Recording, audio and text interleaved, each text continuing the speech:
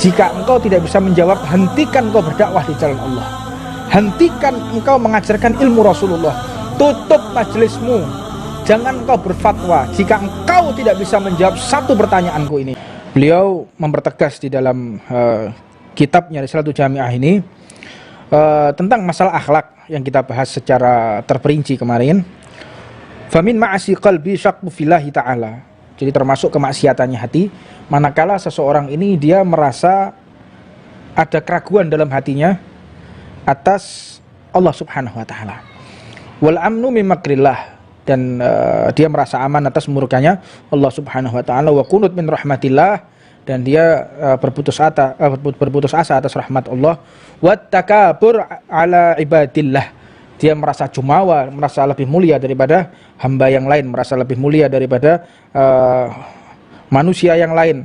Maka orang yang semacam ini, orang yang tidak akan pernah mendapatkan cinta, kasih sayang dari Allah Subhanahu wa taala. Karena asas daripada ilmu itu sendiri, asas daripada ilmu baginda Nabi Muhammad itu, semakin tinggi ilmu, maka dia semakin terkunci lisannya untuk menyalahkan orang lain. Semakin dia mengerti ilmu Rasulullah, maka semakin tawadhu. Semakin ngerti ilmunya Rasulullah, dia semakin husnudzon, semakin berprasangka baik. Untuk mengulang kaji seperti yang diceritakan guru-guru kami dan sering kami ceritakan pula, bahwa asas daripada ilmu baginda Nabi Muhammad itu apabila ditambahkan maka semakin husnudzon. Semakin ditambahkan, semakin kita ini merasa rendah di hadapan Allah Subhanahu wa taala. Sebagaimana diceritakan Al-Imam Al-Habib Abu Bakar Al-Adni, beliau ketika berusia 7 tahun, beliau telah menghafal Al-Quran. Usia 8 tahun, beliau menghafal ribuan hadis. Walhasil sebelum beliau menginjak usia balik, pada batasan umur 15 tahun, antara mereka ihtilam ataupun tidak, karena batasan daripada orang itu dikatakan balik, apabila dia perempuan maka dia haid, dan itu pun harus di usia 9 tahun ke atas. Jadi usia perempuan 8 tahun dia haid, dia belum dikatakan sebagai balik. Dan ketika usia perempuan sudah mencapai 9 tahun dia haid, maka dia sudah dikatakan balik. Begitu juga laki-laki, apabila dia sudah menginjak usia 9 tahun kemudian dia keluar sperma, maka dia dikatakan balik. Kemudian sampai batasan umur 15 tahun dia belum juga keluar sperma, maka 15 tahun itulah dia dikatakan sebagai batasan balik. Maka pada saat itu Al-Imam Al-Habib Abu Bakar Al-Adni, beliau belum mencapai balik. Sebelum beliau mencapai balik sudah dinobatkan menjadi mujtahid mutlak. Dinobatkan menjadi orang yang boleh berfatwa di Haramain, Masjidil Haram, Syarifain, daripada di Mekah maupun di Madinah. Belum mujtahidnya. Jadi kastanya itu di atas para ulama. Sebagai imam besar, Al-Imam Habib Abu Bakar Al-Adni di usia 11 tahun, menginjak 12 tahun beliau sudah menjadi mujtahid luar biasa. Ketika beliau dinobatkan menjadi mujtahid, dipanggil oleh ayahnya, wahai putraku, engkau sebagai muridku dan engkau sebagai anakku, aku ingin menanyakan satu hukum kepadamu, pertanyaan satu hal. Jika engkau tidak bisa menjawab, hentikan engkau berdakwah di jalan Allah. Hentikan engkau mengajarkan ilmu Rasulullah. Tutup majelismu. Jangan engkau berfatwa jika engkau tidak bisa menjawab satu pertanyaanku ini. Wahai ayah, pertanyaan apa yang ingin kau tanyakan kepadaku? Apakah perihal nahu, perihal balaghah, syair, fikih, tauhid, masalah tasawuf, masalah hadis, tafsir? Apa yang kau tanyakan? Oleh ayahnya dipanggil, pertanyaanku satu hal wahai anakku, sebelum engkau melanjutkan menjadi mujtahid, sebelum engkau menjadi imam, engkau harus bisa menjawab satu pertanyaanku ini. Apa pertanyaannya wahai ayahku? Pertanyaannya adalah, carikan orang yang lebih jelek darimu, carikan orang yang lebih hina darimu. Maka jika kita mengerti sejarah ini, maka inilah hakikat ilmunya baginda Nabi Muhammad SAW. Maka ketika beliau ditanya oleh ayahnya, carikan orang lebih hina darimu, jika engkau tidak bisa menjawab, engkau jangan berdakwah, tutup majelismu, engkau diam, engkau berkholwah, engkau menyendiri, kau beruzlah sampai datang ajal menjemputmu, jika engkau tidak bisa menjawab satu pertanyaanku ini dengan kapasitas ilmu yang engkau miliki saat ini.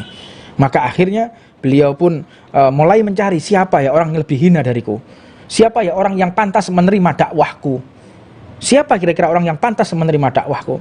Maka akhirnya dengan kapasitas ilmu yang begitu tinggi, alim, seorang imam, maka beliau pun berkeliling dan akhirnya mencari tahu berikhtiar untuk menjawab pertanyaan ayahnya. Di situ beliau mendapati ada seorang yang sudah setengah baya, umur 50 tahun ke atas. Beliau kemana-mana membawa Al-Quran, dilihat, lagi ngapain ini? Lagi menghafal Al-Quran. Nah, ini orang yang bisa saya dakwahi, yang bisa menerima dakwahku, karena kapasitas ilmunya di bawahku. Dia usia 50 tahun, dia menghafalkan Al-Quran, sedangkan aku umur 6 tahun sudah aku hafal Al-Quran. Maka kata beliau, karena ilmunya sidik, ilmunya lurus, hatinya bersih, beliau mengatakan, oh tidak, maka usia 50 tahun ini tidak menjadi penghalang bagi mereka, bagi beliau tetap menghafalkan Al-Quran, tetap setia kepada Allah untuk mencapai penghafalan Al-Quran. Sedangkan aku belum tentu aku akan mendapatkan kesempatan seperti beliau ini di usia 50 tahun masih memegang Al-Quran. Wallahu a'lam. Siapa yang tahu usia kita? Nggak ada yang tahu. Maka lebih mulia dia daripada aku. Maka dia nggak pantas menerima dakwahku. Justru dakwahnya beliau yang dapat menasehati aku.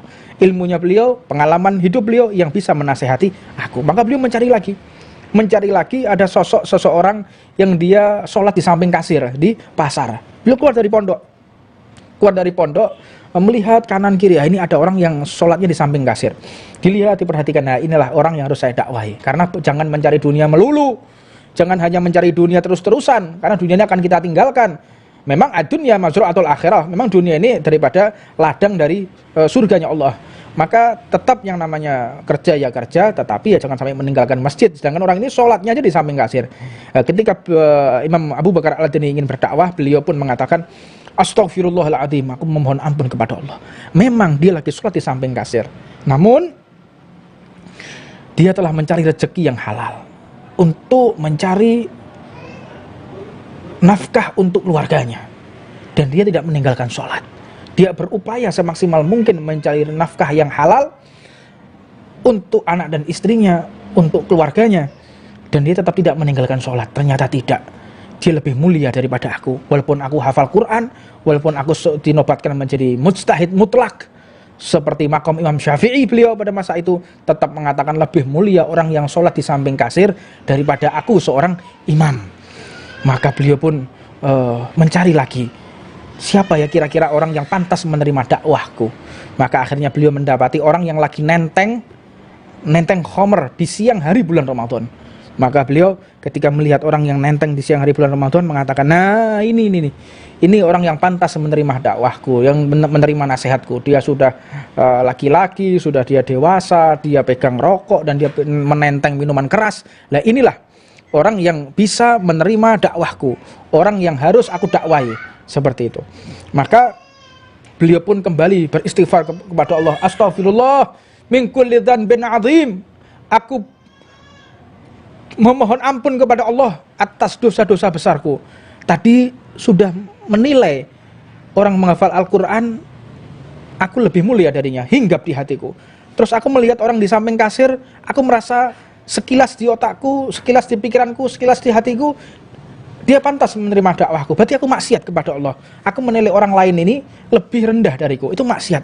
Sedangkan dia membawa minuman keras, enggak, tetap sama maksiatnya. Antara aku dan dia sama maksiatnya. Dan tapi bisa jadi dia memang siang hari dia menenteng Al-Quran, tapi pada malam hari dia diberi hidayah oleh Allah dan dia menjadi wali min auliyaillah. Tidak ada yang tahu kapan Allah mencabut hidayah dan menurunkan hidayah kepada hambanya. Itu hak Allah. Itu hak prerogatifnya Allah, bukan manusia yang bisa menilai kapan orang ini diridhoi dan kapan orang ini dimurkai oleh Allah Subhanahu wa taala. Maka lebih mulia mereka yang nenteng daripada minuman keras daripada aku. Lebih mulia mereka yang nenteng minuman keras daripada aku.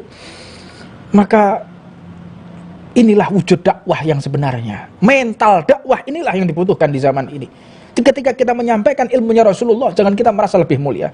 Jangan kira kita merasa lebih tinggi kedudukannya. Masa ilmu itu tidak akan sampai. Ilmu itu sampai ke dalam hati, bukan hanya di pikiran, bukan hanya di telinga, manakala disampaikan dengan mental seperti ini. Mental yang kita bukan merasa menasehati, kita bukan untuk merasa lebih mulia. Enggak. Dakwah ini dengan cinta, dengan mahabbah, sayang, tulus, ikhlas karena Allah Subhanahu wa taala. Sampaikan ilmu Nabi Muhammad, sampaikan dakwah ini dengan rasa cinta, rasa ta'zim kepada orang yang mendengarkan. Kita harus mengagungkan orang yang mendengarkan. Bukan kita mengagungkan diri sendiri, enggak. Bukan kita merasa lebih alim, kita merasa lebih soleh, kita merasa lebih tinggi ilmunya. Mereka yang pantas menerima dakwah. Tidak.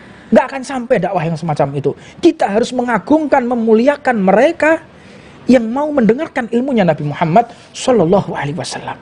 Contoh sekelumit tentang Imam Abu Bakar Al-Adni, mental yang luar biasa ketika menyampaikan, bersikap di dalam hatinya kepada mereka yang akan menerima dakwahnya Nabi Muhammad Sallallahu Alaihi Wasallam.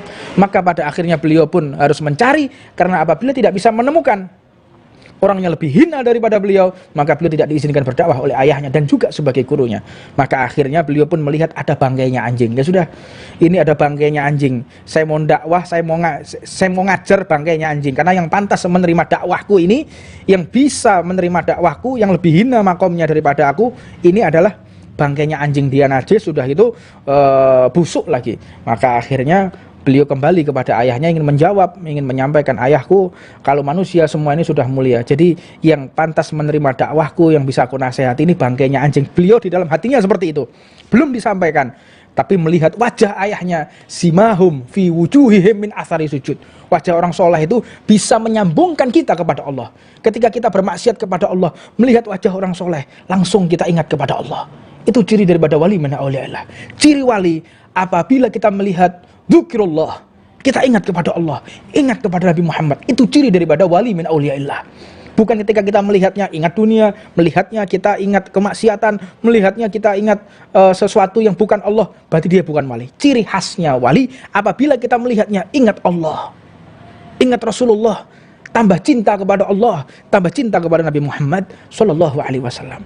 Maka akhirnya beliau ingin mengucapkan, yang menerima dakwahku ini adalah anjing. Beliau pun mengatakan, Astaghfirullahaladzim, aku mohon ampun kepada Allah. Memang dia adalah anjing, tapi anjing tidak pernah bermaksiat kepada Allah. Anjing tidak pernah melakukan kesalahan kepada Allah. Maka lebih afdal anjing daripada aku.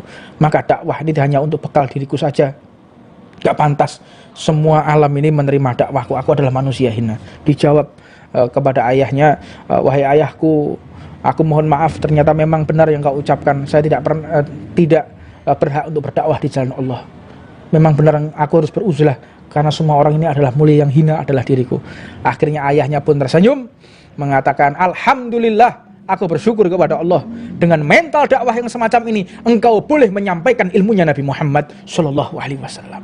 Maka kita penting bersama, ketika kita berdakwah di jalan Allah, kita menasihati seseorang, nasihatilah dengan rasa sayang, dengan rasa pengagungan, dengan rasa benar-benar saling mencintai karena Allah Subhanahu Wa Taala. Mudah-mudahan yang singkat ini bisa menggugah hati kita semua, merubah mental dakwah kita, merubah daripada sikap dakwah kita, merubah daripada pemikiran dakwah kita, merubah daripada hati kita, supaya berprasangka baik antara satu dengan yang lainnya, berprasangka baik antar umat Nabi Muhammad Sallallahu Alaihi Wasallam. Sesungguhnya jika seseorang berprasangka baik kepada hamba Allah, terlebih kepada umat Nabi Muhammad, maka jiwa Anda akan merdeka, jiwa Anda akan bahagia, jiwa Anda akan lapang. Namun jika di hati kita ada prasangka buruk kepada sesama umat Rasulullah, kepada manusia, maka jiwa kita terkurung, jiwa kita akan tersakiti, jiwa kita akan benar-benar muram apabila kita berprasangka buruk kepada yang lainnya. Faliyadzubillah min dzalik. Allahumma tahhir qulubana. Mudah-mudahan Allah membersihkan hati kita semua